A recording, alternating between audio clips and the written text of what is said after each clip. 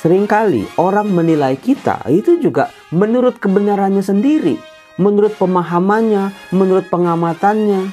Kadang-kadang ya saudara-saudara, orang taunya cuma sedikit, tapi merasa paling tahu segala-galanya. Orang pahamnya sedikit, tapi bisa menghakimi orang semau-maunya. Salam damai sejahtera saudara-saudaraku yang terkasih, pencinta firman Tuhan. Berjumpa kembali dengan Bible Learning with Father Joseph edisi ke-127 di tahun 2024 ini. Saudaraku, bagaimana kabar Anda hari ini? Saya berharap dan berdoa semoga Anda semua dalam keadaan sehat, merasakan damai dan sukacita. Dalam edisi kali ini, saya mengajak Anda berdoa bersama saya untuk kedamaian jiwa Ibu Nani Sumarni. Beliau adalah umat penonton setia Bible Learning, selalu nulis-nulis di kolom komen. Anda pasti sering baca komen-komennya beliau. Beberapa hari yang lalu beliau dirawat di rumah sakit karena penyakit MA, lalu sampai masuk ICU dan kemarin meninggal dunia. Jujur saya juga mengalami sebuah kedukaan untuk beliau. Kita doakan semoga arwahnya diterima di sisi Bapa, memperoleh kedamaian dalam rumah Tuhan. Saudara-saudaraku yang terkasih, dalam edisi kali ini saya akan memperkenalkan kepada Anda sebuah kekuatan yang Anda miliki, yang berasal dari Tuhan. Sebuah kekuatan yang membawa kita pada perlindungan.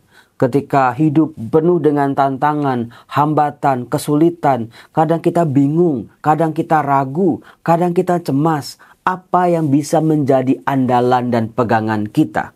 Saya mau angkat tema ini supaya hidup kita yang seringkali sedang tidak baik-baik saja, kita memperoleh kekuatan baru. Kekuatan itu adalah roh kebenaran, Roh Kudus sendiri yang dikirim Tuhan Yesus kepada para muridnya, kepada gereja, kepada saya dan juga Anda. Roh dari Bapa diterima Putra, diterimakan juga kepada gerejanya. Saudara-saudaraku yang terkasih, dalam bacaan Injil dari Yohanes bab 16 ayat 12 sampai 15, kita bisa melihat kekuatan yang diberikan, yang diwariskan Tuhan kepada kita. Namanya Roh Kudus. Roh Tuhan sendiri yang berkarya dalam diri tiap-tiap orang. Orang berdosa maupun orang suci atau orang kudus. Orang yang sedang jauh dari Tuhan ataupun orang yang sedang dekat dengan Tuhan. Orang yang sedang melayani Tuhan atau orang yang sedang hidupnya lagi rapuh, tidak berdaya. Roh Kudus punya caranya masing-masing bekerja dalam tiap-tiap dari kita.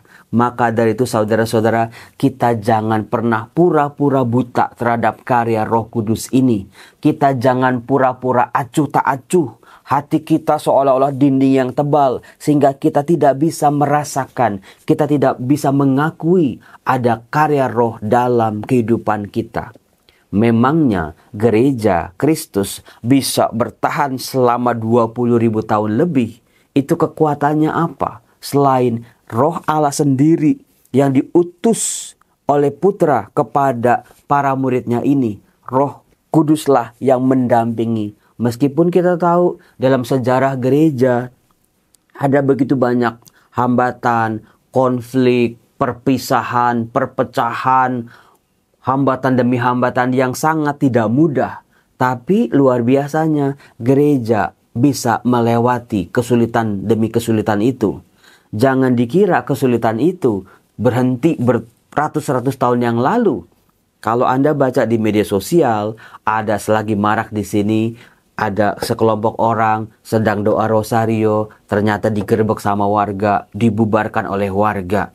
Dari situ aja kita langsung, kadang-kadang kita bisa ciut, bukan? Kadang-kadang kita bisa takut. Hidup di negara yang katanya Pancasila ini, kok bisa-bisanya ada orang berdoa loh. Kok bisa dibubarkan? Saudara-saudara, hanya kekuatan Roh Kuduslah gereja bisa bertahan. Bukan cuma bertahan lalu kita babak belur gitu ya. Seperti seorang petinju dipukulin, dia tetap bertahan. Tidak seperti itu saja, tapi kita bisa menjadi pemenang. Bisa melewati masa-masa sulit yang kita hadapi sebagai pemenang. Saudara-saudara, dalam Injil Yohanes bab 16 ayat 12-15 dikatakan dalam amanat perpisahannya, Yesus berkata kepada murid-muridnya, "Masih banyak hal yang harus kukatakan kepadamu, tetapi sekarang kamu belum dapat menanggungnya." Saudara-saudara, Tuhan Yesus tahu persis apa-apa saja yang akan dialami, akan dihadapi oleh para muridnya, oleh gerejanya ke masa depan ini. Apa yang dikatakan oleh Tuhan Yesus adalah sebuah nubuatan tentang masa depan. Yesus yang wafat, Yesus yang bangkit, betul-betul masih tetap terus menemani dalam diri Roh Kudus di tengah-tengah para muridnya dan gerejanya ini. Roh Kudus inilah yang menjadi penopang kekuatan gereja. Dikatakan, tetapi apabila ia datang, yaitu Roh kebenaran. Ini dia, Roh kebenaran. Ia tidak akan berkata-kata dari dirinya sendiri, tetapi segala sesuatu yang didengarnya, itulah yang akan dikatakannya. Dan ia akan memberitakan kepadamu hal-hal yang akan datang. Saudara-saudaraku yang terkasih, itulah karya Roh Kudus. Dikatakan, ia akan memuliakan aku, sebab ia akan memberitahukan kepadamu apa yang dia terima daripadaku. Saudara-saudaraku yang terkasih, tantangan-tantangan gereja makin ke depan makin membingungkan. Teknologi semakin canggih.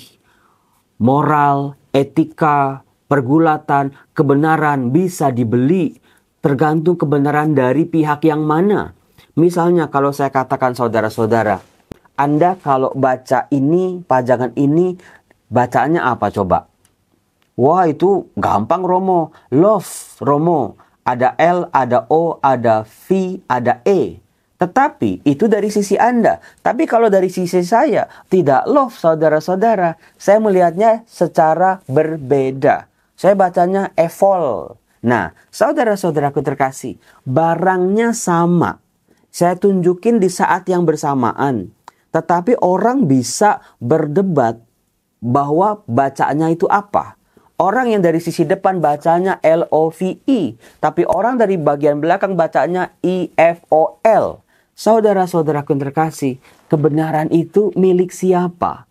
Apakah kebenaran hanya menjadi milik mayoritas misalnya di sebuah negara? Rasnya yang mayoritas, agamanya yang mayoritas, pilihan politiknya yang mayoritas. Yang mayoritas cenderung menjadi sebuah kebenaran. Meskipun kadang-kadang apa yang salah tetapi dipercaya oleh banyak orang bisa menjadi kebenaran. Itulah yang menakutkan saudara-saudara. Belum lagi kalau kita melihat diri kita. Seringkali orang menilai kita itu juga menurut kebenarannya sendiri. Menurut pemahamannya, menurut pengamatannya. Kadang-kadang ya saudara-saudara, orang taunya cuma sedikit, tapi merasa paling tahu segala-galanya. Orang pahamnya sedikit, tapi bisa menghakimi orang semau-maunya. Itu yang sedang terjadi, makin kesini, makin bisa bikin kita geleng-geleng. Nah, kalau demikian, bisa 1000 orang menilai diri kita.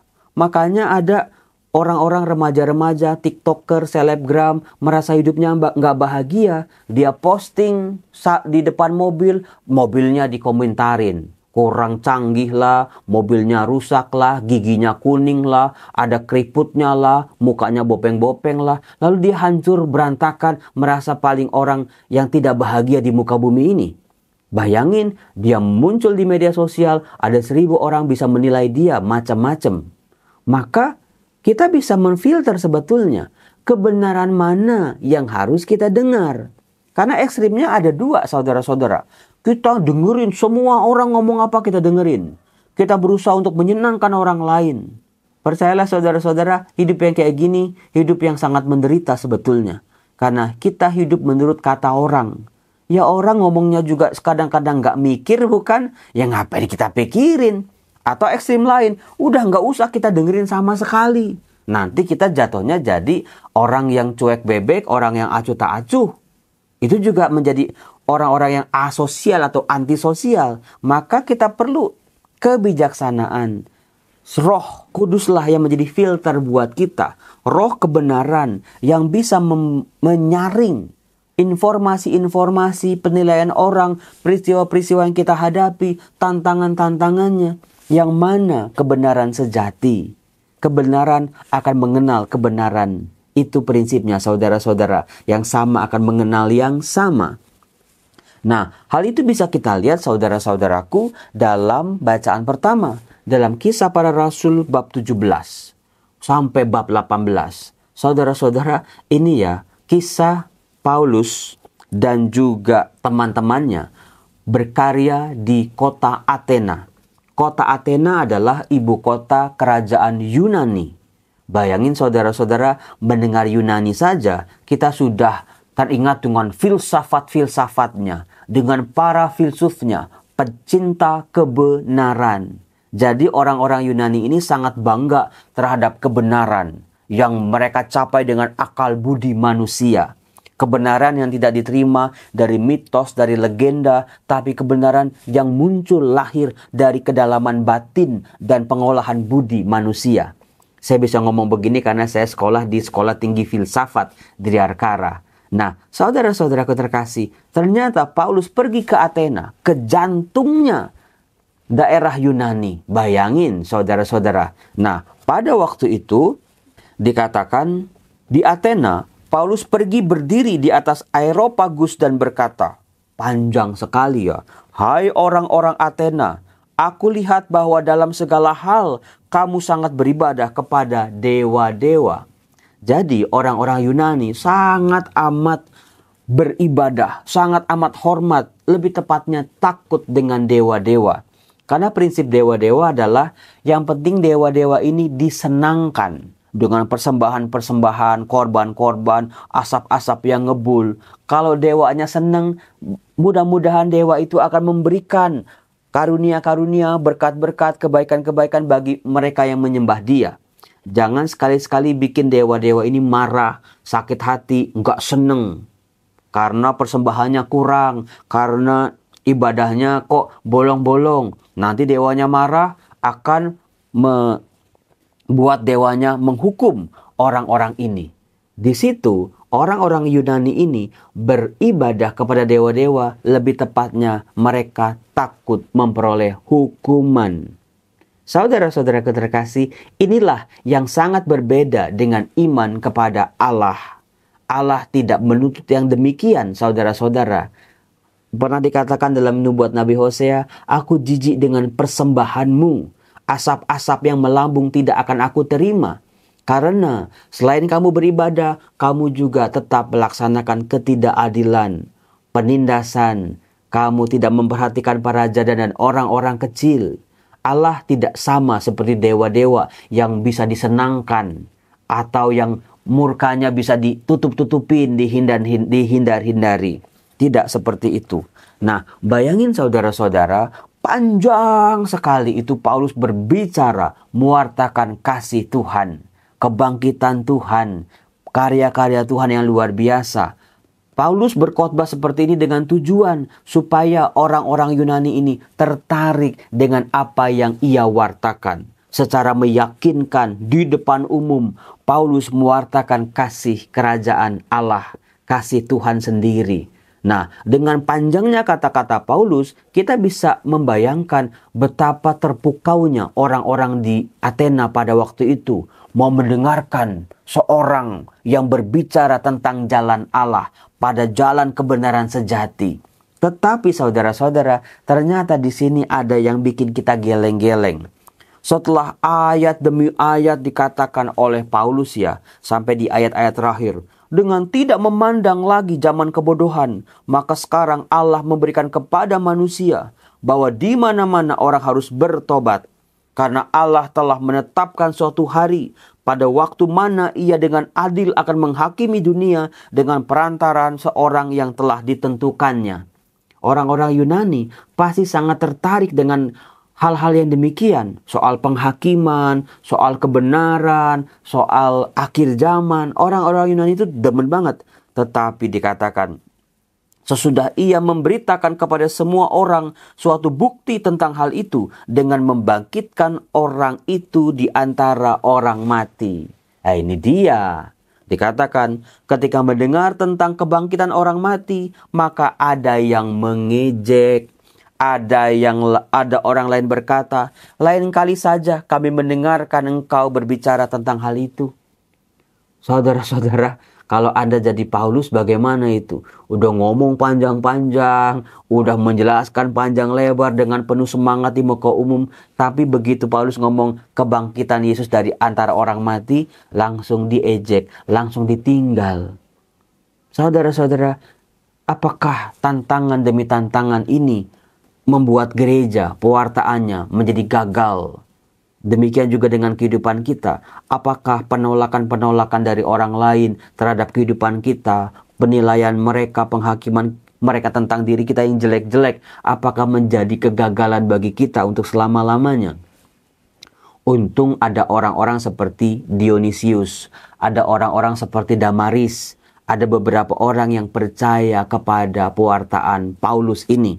Dikatakan begini, tetapi beberapa orang laki-laki menggabungkan diri dengan Paulus dan menjadi percaya. Di antaranya juga Dionysius, anggota majelis Areopagus, dan seorang perempuan bernama Damaris, dan juga orang-orang lain bersama-sama dengan mereka.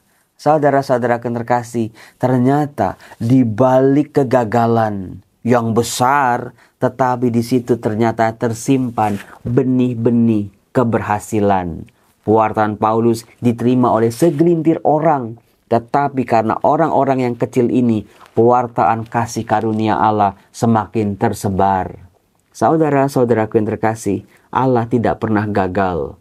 Kebenaran yang diwartakan oleh Paulus bisa memperoleh reaksi yang berbeda-beda dari banyak orang, bukan?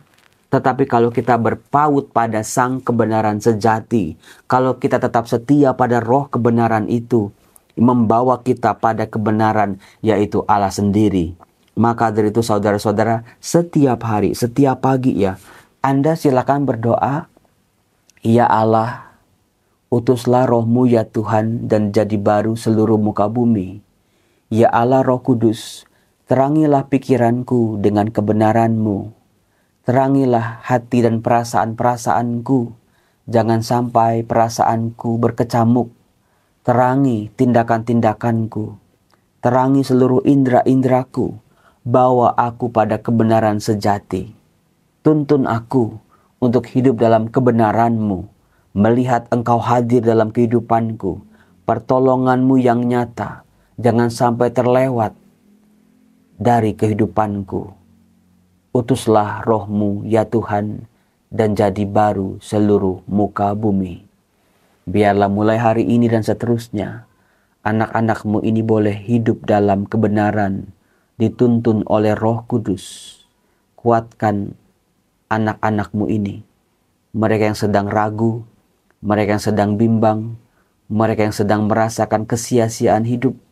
Karuniakanlah Roh Kudus-Mu atas hidup kami. Utuslah roh-Mu ya Tuhan dan jadi baru seluruh muka bumi. Utuslah roh-Mu ya Tuhan dan jadi baru seluruh muka bumi. Berkat Tuhan boleh turun atas diri kita semua. Dalam nama Bapa dan Putera dan Roh Kudus. Amin. Salam damai sejahtera. Tuhan Yesus memberkati kita semua. Salam.